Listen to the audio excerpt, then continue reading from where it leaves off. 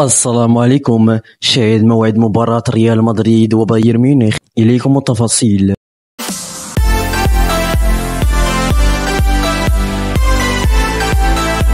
تقام مباراة ريال مدريد الإسباني ضد ضيفه بايرن ميونخ في إياب الدور نصف نهائي لبطولة دوري أبطال أوروبا لكرة القدم يوم الأربعاء في تمام الساعة 8 مساء على ملعب سانتياغو برنابيو في العاصمة الإسبانية مدريد، وفي ظل انتهاء موقعة الذهاب في ميونخ بالتعادل هدفين مقابل هدفين.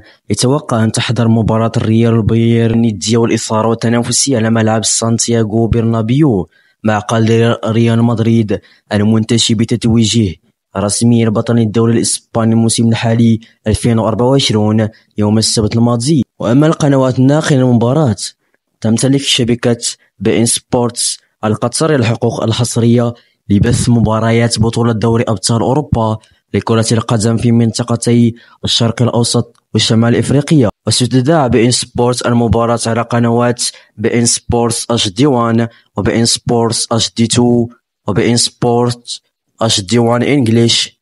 وفي الأخير أرجوكم مشاهدينا الكرام بالاشتراك في القناة وتفعيل زر الجرس.